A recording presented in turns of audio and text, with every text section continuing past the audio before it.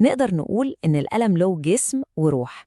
الجسم هو الخشب اللي بنمسكه، والروح هي المادة اللي بنكتب بيها، الجرافيت. نبدأ بالجسم، الخشب. أغلب الأقلام الرصاص بتتعمل من نوع معين من الخشب اسمه خشب السيدار. طب إشمعنى الخشب ده بالذات؟ لأسباب مهمة جدا. أولاً، هو قوي ومتين. تانياً، مش بيتقوس أو يلتوي بسهولة مع الوقت. ده غير إن ليه ريحة مميزة كده. والنقطة الأهم بقى إن الخشب ده بيجي من غابات بتدار بطريقة مستدامة. يعني ببساطة كل شجرة بتتقطع بيتزرع مكانها واحدة جديدة.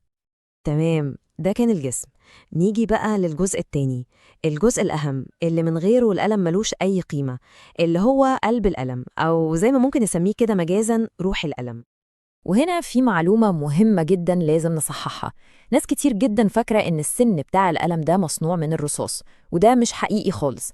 المادة دي في الحقيقة اسمها جرافيت، والجرافيت ده شكل من أشكال عنصر الكربون النقي.